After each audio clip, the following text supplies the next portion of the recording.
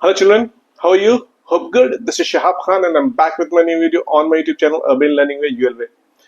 In this video, we'll continue with the dialogue between Brutus and Cassius in scene 2 of Act 1.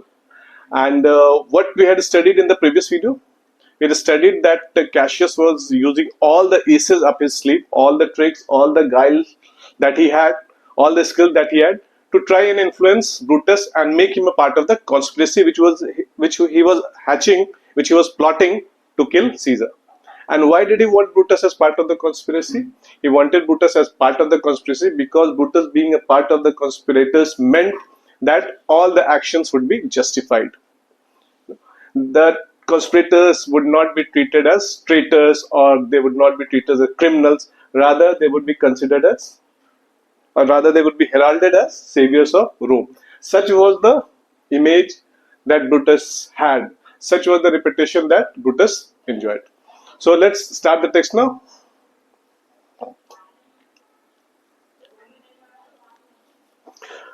Flourish of trumpets and shout of stage. Brutus, what means this shouting? I do fear the people choose Caesar for their king. Cassius, do you fear it? Then must I think you would not have it so. Brutus, I would not, Cassius, yet I love him well. But wherefore do you hold me here so long? What is it that you would impart to me? If it be aught toward the general good, set honor in one eye and death in the other, and I look on both indifferently. For let the gods so speed me as I love the name of honor more than I fear death. I know that virtue to be in you, Brutus, as well as I do know your outward favor well. Honor is the subject of my story. I cannot tell what you and other men think of this life, but for my single self, I had as lief not be as life to be in awe such a thing as I myself. So when they were conversing, when they were talking, Brutus and Cassius, they hear a shout of people. People were shouting. And Brutus says, what does this shout mean? He says that he fears that people have chosen Caesar as their king. You know, the use of word fear is very important. The use of word fear by Brutus. The use of word fear by Brutus is very important. Brutus is very important. Why? Why it is important? Because it shows the state of mind of Brutus. The state of mind of Brutus is revealed. The state of mind of Brutus. We had seen that Brutus was going through a turmoil, a conflict. Okay, and now this is word shows what was going in his mind. The state of mind of Brutus. It shows that Brutus really did not want Caesar to be the king. Brutus did not want Caesar to be the king. Caesar to be the king. And why? Why he did not want Caesar to be the king? Because he felt, and officially he was the ruler. He was the ruler, but officially he was not the king. Okay, he has not been crowned as the king. So if he was crowned the king officially, what would it mean? It meant that whatever semblance of democracy or proper rule was there in Rome would be gone. That is what Brutus felt, okay? Brutus felt that total anarchy would prevail. Brutus felt that total anarchy would prevail if that happens. That total anarchy will prevail. If Caesar was crowned as king, would prevail if Caesar was crowned as king.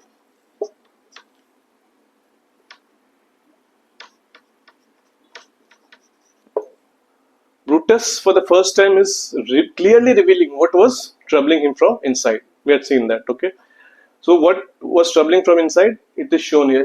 He is troubled by the fact that politically things are not on a proper level ground in Rome. Cassius says that you really fear Caesar being chosen as king, then it must be that you do not want that to happen. And what did Brutus say? Brutus say, yes, he really does not want Caesar to be the king, although he loves him very much. Then Brutus asks Cassius, why was he holding him for so long? What was it that he wanted to tell him? He says that if it was something for concerning Rome, if it was something concerning the betterment of Rome, then he would do anything for it. Even if his life was nothing compared to the good and honor and glory of Rome. If something good had to happen to Rome, he would do anything for it. His life was nothing as compared to the good honor and glory of Rome. If something good had to happen to Rome, even at the cost of his life, he would give his life willingly. He says that he would take all the good things in life as long as he loved honor more than death. As long as he loved honor more than death. Here honor, Buddhist when he says honor, it means both his personal honor as well as the honor and glory of Rome. See, this honor word used by Brutus is again important. Used by Brutus is again important. And why this is important? Because this word sums up Brutus in one single word. If you have to sum up Brutus in one single word, it was honor. Brutus sums himself up. What Brutus was, he reveals himself in one single word, honor. Brutus sums himself up in one single word. One single word. Single word. As we'll see in the play, as we proceed, we will see that he gave everything that he had for this honor. He had a reputation, he had an image, he had a very good life. He was one of the most liked noblemen in Rome. Everything he gave up, he had to run away from Rome, and then he lost everything, things very close to him, things personal to him, his wife, his family, everything was lost because of this honor. So this is what sums up Brutus. Now Shakespeare reveals to the reader, to the audience, the conflict in his mind. We have been talking about the conflict in Brutus' mind, reveals the conflict that has been troubling Brutus for long now, the conflict, the turmoil in his mind, which we have studied, which Cassius was trying to take advantage of. Shakespeare reveals it when Brutus says that although he loves Caesar, he does not want him to be the king. Here you have to go a little bit into history to understand things in a better way, which is not part of the text of Julius Caesar by Shakespeare, not part of the text drama that we are studying.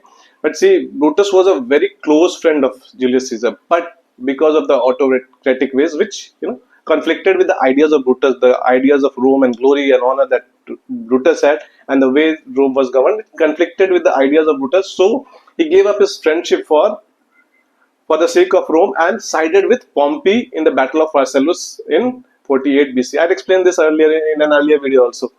Battle of Pharsalus, and then this battle Pompey lost and he had fled to Rome where he was killed. But what did Caesar do?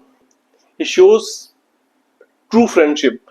He forgives Brutus and grants him amnesty. He forgives Brutus. He does not take his life that he revolted against him or went against him and sided with Pompey. So that quality Caesar had. So both as a friend and as a person who was indebted to Caesar for his life, Brutus loved him. But his love for Rome, his love for honor and glory of Rome was much more than his love for friendship. And this is what was troubling him. This was the conflict going inside Brutus's mind, and this is what Cassius is trying to take advantage of. Cassius says that yes, he knew that the quality of having honor more than anything else was a part of his character, Brutus's character, part of his nature. He says that he had so much of honor in him that it was evident even in his appearance. And he says he had wanted to talk to Brutus about honor only. He says that he does not know what others think of this life, but it was difficult for himself to live a life in which he had to be in awe of a person who was no greater than him. I was born as free as Caesar, so were you. We both have fed as well, and we can both endure the winter's cold as well as he. For once upon a raw and gusty day, the troubled Tiber chafing with the shores, Caesar said to me, Darest thou, Cassius? Now leap in with me into this angry flood, and swim to yonder point. Upon the words, accoutred as I was, I plunged in, and bade him follow. So indeed he did. The torrent roared, and we did buffet it with lusty sinews, throwing it aside and stemming it with the hearts of controversy. But ere we could come arrive the point proposed, Caesar cried, "Help me, Cassius, or I sink. I, as Aeneas, our great ancestor, did from the flames of Troy upon his shoulder the old Anchises bear. So from the waves of Tiber did I, the tired Caesar." Cassius starts to compare Cassius with himself and Brutus. And what was it? Why was he doing this? Because he wanted to impress upon Brutus that he was a not a, if even if he was not a worthless fellow, he was not better than any of the other people. He was not much better than either he or Brutus, but he had reached those points only out of sheer luck. And what does he say? He says that both he and Brutus were born as free as Caesar. Both of them were from good families. As such, they were not impoverished. They were well fed. Both could endure the winters could as well as Caesar could. And now he recalls an incident to hammer home the point. He recalled the incident was like, he says that it was a tough day in the sense that it was very windy, and river Tiber was swelling with water. The waves were hitting the shores harshly. Both of them were on the river bank, and Caesar dared Cassius to jump into the river, troubled waters, the turbulent waters of river Tiber, and swim to a distant point. When Caesar dared Cassius to jump into the water, he did not even take time to answer him. Rather, he jumped, even with his clothes on, into the river Tiber and asked Cassius to follow him. And he did just that. Okay? And the waves were rising, and they were fighting against the wave and swimming against the wave. Because of their competitive nature, both of them were quite competitive. But Caesar did not succeed. He began to sink because the physical, what Cassius is trying to say is that abilities of Caesar are much lesser than those of him and Brutus. So he shouldn't be ruling Rome, or at least ruling it alone. So Cassius says that when Caesar cried out for help, just like Aeneas had carried his father from the fires of Troy upon his shoulder, he did carry out Caesar from the waves of Tiber. The figure of speech used here is allusion. Okay. When Aeneas is referred to, the figure of speech used is allusion. Aeneas was a hero of the legendary Battle of Troy. Okay, Battle of Troy is a part of Greek mythology, and it's mentioned very well in Homer's Iliad. The best mention of this comes in from Homer's Iliad. Okay, Homer's Iliad. Paris was the person who had abducted Helen. ठीक है ना? And who was Helen? He was the wife of King Melanus of Sparta.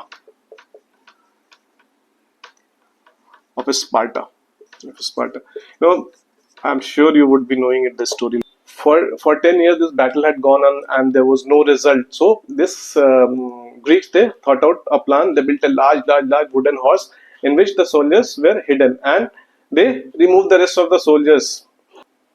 The people of city of Troy, the king of city of Troy thought that they had left now, and this horse they had left as offerings. Okay, so they carried it inside, and that gave them an opportunity. And the soldiers at night came out and opened the gates, which allowed the soldiers of Greek soldiers to enter the city of Troy, and then they fought and won the battle. Okay. And this man has now become a god, and Cassius is a wretched creature and must bend his body if Caesar carelessly, but not on him. He had a fever when he was in Spain, and when the fit was on him, I did mark how did he shake. 'Tis true, this god did shake. His covered lips did from their color fly, and that same eye whose bend doth awe the world did lose his luster. I did hear him groan. And that tongue of his that bade the Romans mark him and write his speeches in their books. Alas, it cried, give me some drink, Titanius. as a sick girl. Ye gods, it doth amaze me, a man of such feeble temper should get the start of the majestic world and be at the palm alone. Flourish of trumpets, a second shout. Cassius says that this man has now become so mighty and he has become so worthless that even if Caesar nods at him carelessly, he must bow down. Then he recalls another incident when he was in Spain.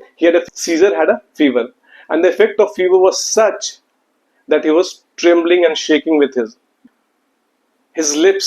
Caesar's lip, whom he calls cowardly, were had lost its color, and the eyes that terrifies the world now, whose gaze terrifies the world, now had lost its gleam and shine. And he says, Cassius says that he had heard Caesar groan. He says that this tongue that now roars and asks the Roman to listen to him and write history about him, had cried like a sick girl. Caesar could not endure even a fever, and the effect was such that his voice had become girlish and it cried like a girl, "Give me something to drink, Titanius." What Cassius is trying to say here is that Caesar basically was a man who was weak in nature, but he had got some undue advantage. He had become so mighty that for Rome he was the only one who mattered. Other people who were more capable than him did not matter at all to Rome. He was the only one who was calling the shots. No one had any say in anything. He was acting like a dictator. What Cassius is trying to impress upon Brutus is that Brutus was unworthy of the position that he had reached. Maybe by luck, by some fate, he had been able to reach that position. But even if he had reached that position by luck, by chance, by fate, whatever, it was high time that something had to be done in this regard. Something had to be done to remove him from that position, because there were people who were more capable than him, more worthy than him, who should be ruling Rome. People who were worthy should be sharing the power of Rome, not that the power of Rome should be in the hands of one man, Caesar. The dialogue of Brutus and Cassius continues, and we'll continue with this in the next video. That's it, children, for today. I hope you have understood the things well. If you have any doubts, you can post it in the comment section. Keep watching, keep liking, and keep subscribing to my channel. Thanks for watching the video.